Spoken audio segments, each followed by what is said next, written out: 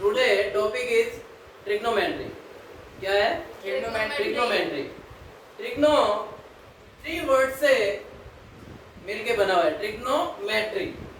Trigno का मतलब try for 3, try for 3। गोनो 3 साइड और 3 एंगल, एंगल और साइड।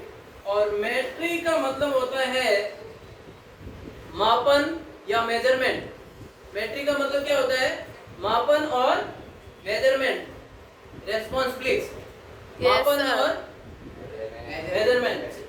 Sit down.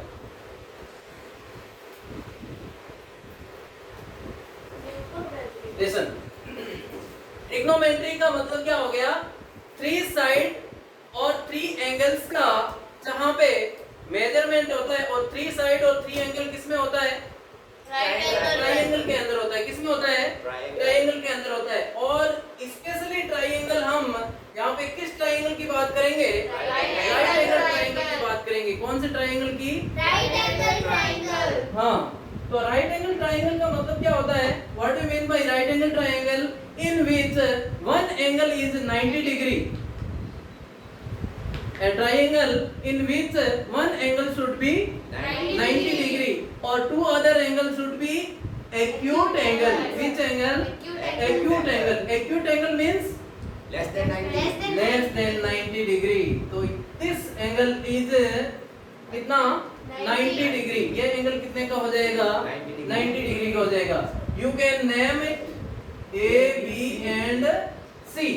अब देखो ट्रिग्नोमेट्री के अंदर क्या होता है? 3 साइड और 3 एंगल से जो पॉलीगन बनता है वही किस में काम आता है? ट्रिग्नोमेट्री के अंदर काम आता है। और जनरली ट्रिग्नोमेट्री को हम क्या बोलते हैं हिंदी के अंदर?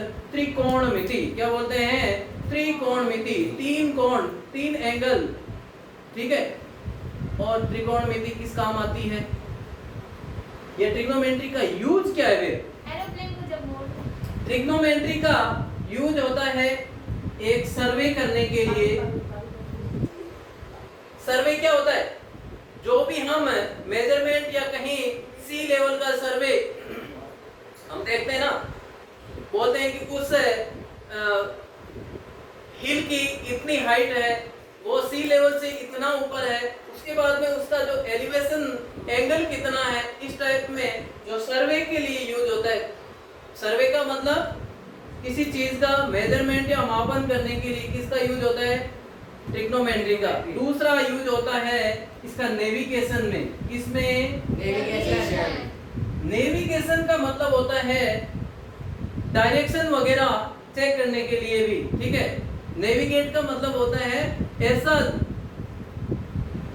इक्विपमेंट जो क्या करे? हमें डायरेक्शन वगैरह बताए नेविगेशन में।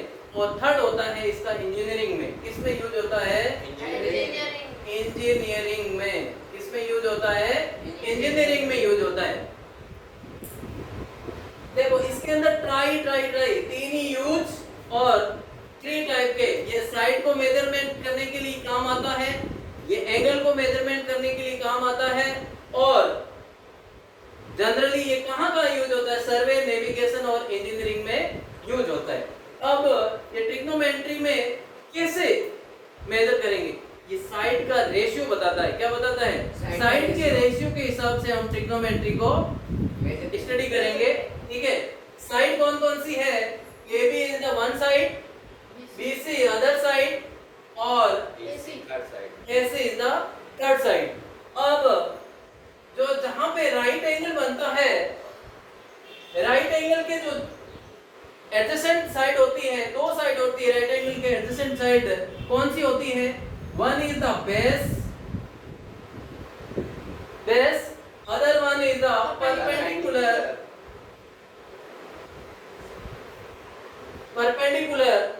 Third one is hypotenuse. क्या होता है? हाइपोटेनस। अब एक चीज ध्यान रखो, जो राइट एंगल के जो ऑपोजिट साइड है उसको कौन सा साइड बोला जाता है? हाइपोटेनस बोला जाता है। और अगर हमारा एंगल हम परपेंडिकुलर को कैसे डिसाइड करते हैं कि कौन सी साइड है वो परपेंडिकुलर है, क्योंकि अगर इस साइड से देखेंगे तो ये वाला परपेंडिकुलर BC परपेंडिकुलर हो जाएगी, और अगर इधर से देखेंगे तो AB is the perpendicular side. समझ गए? Yes sir. अब ध्यान दो, मैं इस एंगल को नाम दिया क्या? थीटा। जनरली एंगल का यूनिट या एंगल को मापने के लिए जिस सिंबल का यूज करते हैं वो क्या है? थीटा। कोई भी एंगल की वैल्यू है, जब तक आपको पता नहीं है तब तक उस एंगल को किस में बताएंगे? थीटा में। अगर आपको एंगल की वैल्यू पता है, अगर आपको एंगल की वैल्यू पता है, सपोज इस एंगल की वैल्यू आपको पता है कितना डिग्री? 90 डिग्री। तो क्या मतलब हुआ? एंगल का यूनिट है डिग्री और दूसरा एंगल का यूनिट है पाई। क्या है? पाई या रेडियन में भी बोला जाता है।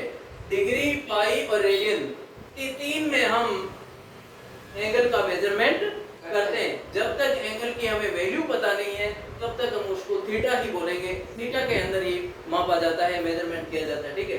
अगर listen, this angle is 90 degree, then A angle is 90 minus theta. Very good, 90 minus theta हो जाएगा। कितना हो जाएगा? 90 माइनस थीटा। अगर मैं इस 90 माइनस थीटा को ध्यान में रखते हुए, दिमाग में रखते हुए अगर एंगल का कैलकुलेशन करूंगा, देन ये क्या हो जाएगा? BC हो जाएगा परपेंडिकुलर। क्या हो जाएगा? BC परपेंडिकुलर हो जाएगा और AB क्या हो जाएगा? बेस हो जाएगा। समझ गए? Yes sir. थीटा के सामने वाला जो साइड होती है, थीटा के सामने वाली जो साइड होती है वो क्या होती है? हमेशा परपेंडिकुलर होती है। क्या होती है? परपेंडिकुलर साइड होती है। अगर मैं इसको A को थीटा मान लूं, then BC is the perpendicular. अगर C को थीटा मान लूं, then AB is the perpendicular. अब देखो, ये ट्रिग्नोमेट्री का साइड का रेशियो के हिसाब से हम 6 रेशियो डिसाइड करते हैं। कितने रेशियो डिसाइड करते हैं? 6 रेशियो। और इनका अलग अलग नाम दिया हुआ है, अलग अलग नाम दिया हुआ है। वो किस किस में दिया हुआ है? देखो, ये इतना हटा देता हूं। 6 नेम दिया हुआ है। क्या है? Sine theta, cos theta, sine theta, second is the cos theta, third one is the tan theta, tan theta, fourth one cot theta, cot theta, and fifth one sec theta, sec theta और sixth cosec theta, cosec theta। ठीक है? अब इन थीटास की value हम किस में निकालेंगे? Side के रेशियो में निकालेंगे। ट्रिग्नोमेट्रिक रेशियो, ट्रिग्नोमेट्रिक रेशियो किस में आएगा? साइड के रेशियो में आएगा। साइड का रेशियो क्या है? उससे पहले, साइड का रेशियो निकालने से पहले राइट एंगल के अंदर एक थ्योरम काम करती है। राइट एंगल के अंदर कौन सी थ्योरम काम करती है? वेरी गुड, पाइथागोरस थ्योरम काम करती है। कौन सी थ्योरम काम करती है? पाइथागोरस। पाइथागोरस एक मैथमेटिशियन था, उसने थ्योरम दी थी। क्या क्या थ्योरम दी थी? कि राइट एंगल ट्रायंगल के अंदर, राइट एंगल ट्रायंगल के अंदर जो राइट एंगल की जो ऑपोजिट साइड होती है उसका स्क्वायर किसके बराबर होता है? बाकी दो साइड। हाँ, बाकी दो साइड के सम, स्क्वायर के सम के बराबर होता है। बाकी दो साइड के स्क्वायर के सम के बराबर होता है। तो राइट एंगल की ऑपोजिट साइड कौन सी है यहाँ पर? AC। AC स्क्वायर, या इसको H स्क्वायर भी बोल सकते हैं। और दूसरी साइड कौन सी होगी? AB स्क्वायर, और इसको हम क्या बोलते हैं? P स्क्वायर बोल सकते हैं। और दूसरा BC स्क्वायर, BC स्क्वायर को हम क्या बोल सकते हैं? B स्क्वायर बोल सकते हैं। अब हम शॉर्ट में लिखेंगे तो H स्क्वायर इक्वल टू क्या हो जाएगा? P square plus B square, और H इक्वल टू क्या हो जाएगा? Root P square plus B square. ये हाइपोटेनस की वैल्यू आई है। समझ गए आप?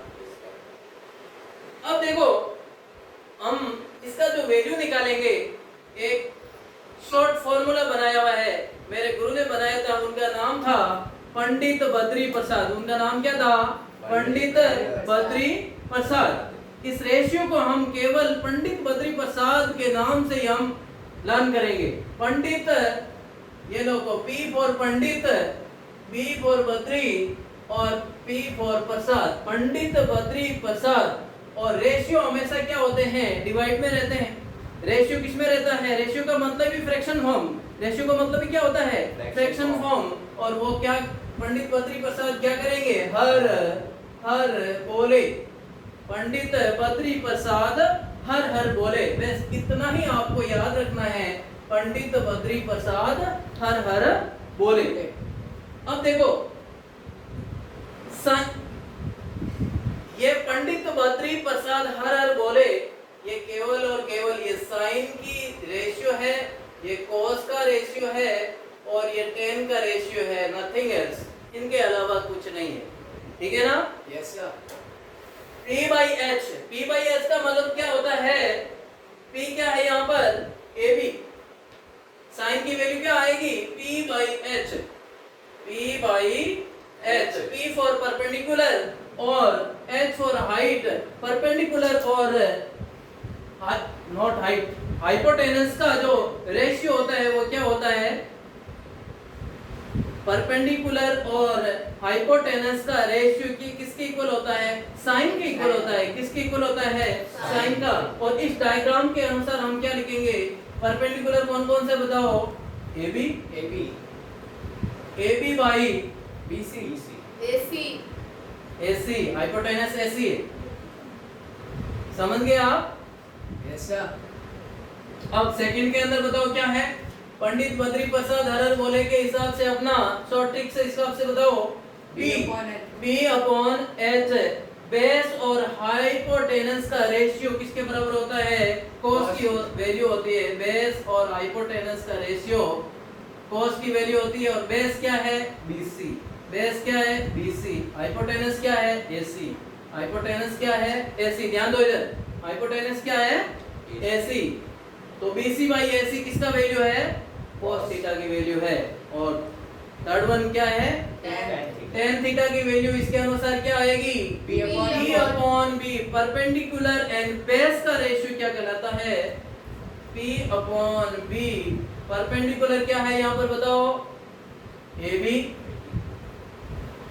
और बेस क्या है यहाँ पर? BC।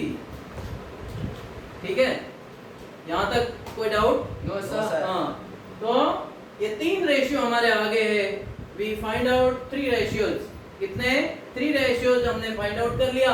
और अब एक चीज थोड़ी सी ध्यान में रखो, ये भी छोटा सा ट्रिक है। tan है वो किसका ऑपोजिट होता है? और थीटा का। कोट और tan आपस में रेसिप्रोकल होते हैं। कोट और tan आपस में ऑपोजिट होते हैं। क्या होते हैं? ऑपोजिट होते हैं या रेसिप्रोकल होते हैं। तो इसमें क्या हो जाएगा? अगर ऑपोजिट हुआ तो B बाई P, कोट की वैल्यू क्या हो जाएगी? B बाई P होगी नहीं होगी? Yes sir. हाँ, तो B क्या है यहाँ पर? बेस क्या है? BC by AB। अब सेक किसका उल्टा होता है? सेक किसका ऑपोजिट होता है? Cos का। सेक होता है कोस का। कोस का रेसिप्रोकल क्या हो जाएगा? H by B। और H में क्या है? AC by BC।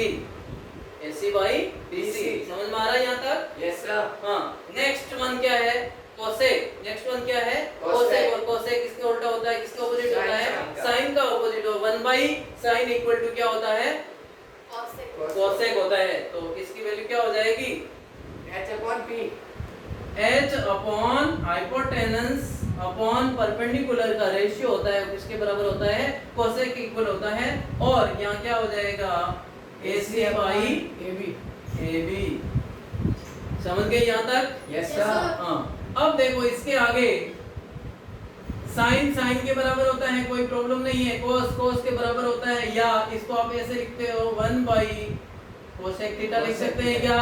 Yes sir. हाँ, इसको क्या लिखेंगे? 1 upon sec theta. Very good. और इसको क्या लिखेंगे? tan को Sec upon sec sine upon- by cos theta की वैल्यू होती है वो tan थीटा होती है। Yes, sir. Sine by cos theta की वैल्यू होती है वो tan थीटा होती है। और हम इसको p बाई b कैसे आया? साइन बाई कोस की वैल्यू होती है, क्या क्या वैल्यू होती है, किसकी वैल्यू होती है? साइन बाई कोस की। चलो साइन की वैल्यू क्या थी, हमने क्या निकाला था? p by h। ये लो p बाई h साइन की वैल्यू, और अगेन इसको डिवाइड करेंगे किसकी वैल्यू से? b बाई h से। किसकी वैल्यू से? b बाई h से डिवाइड किया, और अगेन जब हम p बाई h और इसको मल्टीप्लाई में करेंगे तो h बाई b आ जाएगा। क्या आ जाएगा? h बाई b, और h से h कैंसिल, और देन क्या हो जाएगा? p बाई b, और यहाँ क्या आया हुआ है tan के अंदर? p by b। तो sin बाई cos की वैल्यू किसके इक्वल होती है? tan के बराबर होती है। ऐसे ही cot इसका उल्टा होता है, सेम वो इसी प्रोसीजर से हम लिखेंगे तो h कैंसिल हो जाएगा और b बाई p आ जाएगी। इसकी वैल्यू क्या आ जाएगी? b by p। तो cos theta by sin theta किसके इक्वल होता है? cot थीटा के इक्वल होता है। और sec थीटा किसका ऑपोजिट होता है? 1 बाई cos थीटा के बराबर होता है। और 1 बाई sin थीटा के बराबर होता है। sin का रेसिप्रोकल होता है cosec, और sec किसका रेसिप्रोकल होता है? cos का रेसिप्रोकल होता है। और tan किसका ऑपोजिट होता है? cot का ऑपोजिट होता है। यहाँ तक समझ में आ गया? Yes, sir. हाँ, वेरी गुड। कल हम इसका क्या पढ़ेंगे? इसके 4 क्वाड्रेंट पढ़ेंगे। क्वाड्रेंट का मतलब होता है एक सर्किल होता है, सर्किल में कितने डिग्री का एंगल बनता है? 360 डिग्री का। और इस सर्किल को हम अगर 4 पार्ट्स के अंदर डिवाइड कर देंगे, 4 पार्ट या 4 क्वाड्रेंट, यानी कि अलग अलग 4 क्वाड्रेंट की वैल्यू है, टोटल कितनी वैल्यू है? 360। तो 1 क्वाड्रेंट की वैल्यू कितनी हो जाएगी? 90 डिग्री हो जाएगी। ठीक है, तो हम इस प्रकार पढ़ेंगे, फर्स्ट क्वाड्रेंट, सेकंड क्वाड्रेंट, और थर्ड क्वाड्रेंट, और फोर्थ क्वाड्रेंट। और इस साइड में ये कौन से एक्सिस होती है? एक्स एक्सिस, और ऊपर पॉजिटिव वाई एक्सिस। इस साइड में लेफ्ट साइड में कौन सा नंबर होता है? अगर इंटीजर के हिसाब से जाएंगे तो इधर नेगेटिव नंबर होता है, नहीं होता है? तो इधर क्या हो जाएगा? नेगेटिव एक्स एक्सिस हो जाएगी, और इधर हो जाएगी वाई नेगेटिव। समझ गए? Yes, sir. यहाँ तक बताओ कि समझ में आया या नहीं आया? आ गया यहाँ तक समझ में? Yes, sir. Very good. कल हम पढ़ेंगे ट्रिग्नोमेट्रिक जो रेशियोज होते हैं और इनकी अलग अलग एंगल्स की क्या वैल्यू होती है, और कौन से क्वाड्रेंट के अंदर कौन से एंगल की वैल्यू या कौन सा जो रेशियो की वैल्यू है पॉजिटिव होती है, और कौन से थीटा की वैल्यू है वो नेगेटिव होती है। ठीक है, Yes, sir. वो कैसे पढ़ेंगे? हम केवल और केवल इसी डायग्राम को यूज करेंगे, राइट एंगल ट्रायंगल को यूज करते हुए हम उसकी वैल्यूज को पढ़ेंगे। थैंक्स।